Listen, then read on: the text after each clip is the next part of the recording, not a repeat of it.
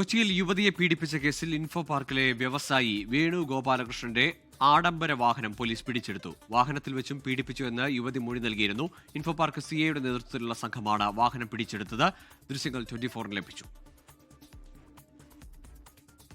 S ശ്യാംകുമാറുണ്ട് വിശദാംശങ്ങളുമായി കൊച്ചിയിൽ നിന്ന്. ശ്യാം, ഏറെ നാടകീയ നീക്കങ്ങൾ നടന്ന ഒരു കേസാണ്. പരാതി, കൗണ്ടർ പെറ്റീഷനും ഒക്കെ വന്ന ഒരു സംഭവം. എന്താണ് വിശദാംശങ്ങൾ?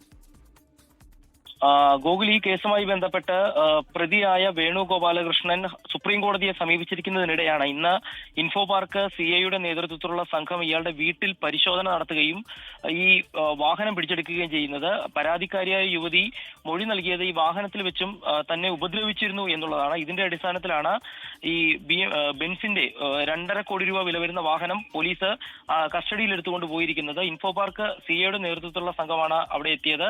ഈ കേസിൽ ഇനി യുവതിയുടെ മൊഴി ഒരു വട്ടം കൂടി രേഖപ്പെടുത്തുമെന്നാണ് പോലീസ് പറഞ്ഞിരിക്കുന്നത്. ഹൈക്കോടതി ജാമ്യം തള്ളിയതിന് പിന്നാലെയാണ് ഈ കേസിലെ 1-ാം പ്രതി സുപ്രീം കോടതിയെ സമീപിച്ചത്. വീട്ടിലെത്തുന്ന സമയത്തും ഇയാളെ കണ്ടെത്താൻ പോലീസിന് സാധിച്ചിട്ടില്ല. അതിന് പിന്നാലെയാണ് പോലീസ് വാഹനം കസ്റ്റഡിയിലെടുത്തത്.